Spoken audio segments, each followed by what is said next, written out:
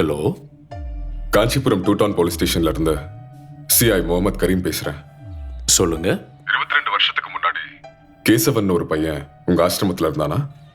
கேசவ்? ஆ ஆ, ஞாபகம் வந்துருச்சு.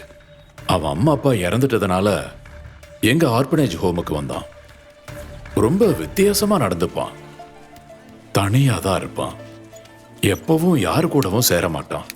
அவன் பிஹேவியரை பார்த்து பசங்கள்லாம் அவனை பைத்தியம் பைத்தியம்னு கிண்டல் பண்ணுவாங்க. எல்லாரு கூடவும் சேர்ந்து விளையாட சொல்லி எத்தனை முறை சொல்லியும் அவன் கேட்கல. அவன் நடந்துகிட்டதை பார்த்து பயந்து போய் டாக்டர் கிட்ட காட்டணும்.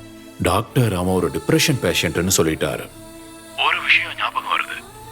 ஒரு நாள் ஸ்கூல் முடிஞ்சதுக்கு அப்புறம் தினமும் அவனை கிண்டல் பண்ண ஒரு பையனை அங்க இருந்த கருங்கல் எடுத்து தலையில பலமா அடிச்சுட்டான்.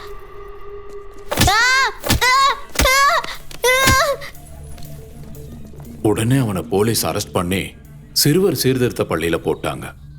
அது ஏதோ கரெக்ஷனல் சென்டரா. அங்க நல்லா படிச்சான்னு கேள்விப்பட்டேன்.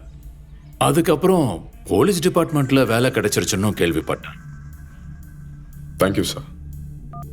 என்னாச்சு sir? He's a kind of a psycho. Keshav இந்த வீட்டை காலி பண்ணி எத்தனை மாசம் ஆச்சு? 6 மாசம் சார். 6 மாசம் ஆகியும் எதுக்காக இன்னும் இந்த வீட்டுக்கு யாரும் கூடி வரல? அது இந்த வீட்டில் தான் சிஐ சாரோட குழந்தை இறந்து போயிடுச்சு சார்.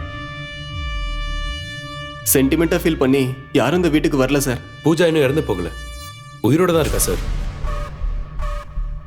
ஸ்காலர் இன்டர்நேஷனல் ஸ்கூல்ல நான் தான் அட்மிஷன் வாங்கி கொடுத்தேன்.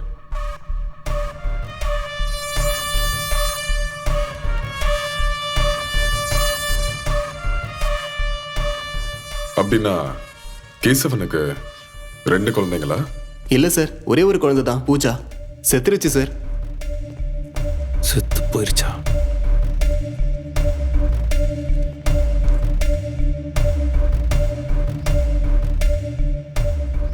சரி, பூஜா எப்படி இறந்தா?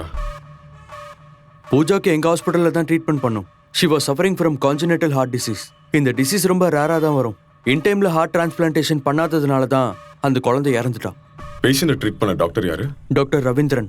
அவரை இமீடியட்டா மீட் பண்ணோம்.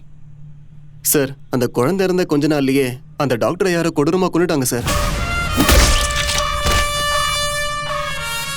ரஃபிக் சார், குழந்தைக்கு சம்பந்தப்பட்ட மெடிக்கல் ரிப்போர்ட்ஸ்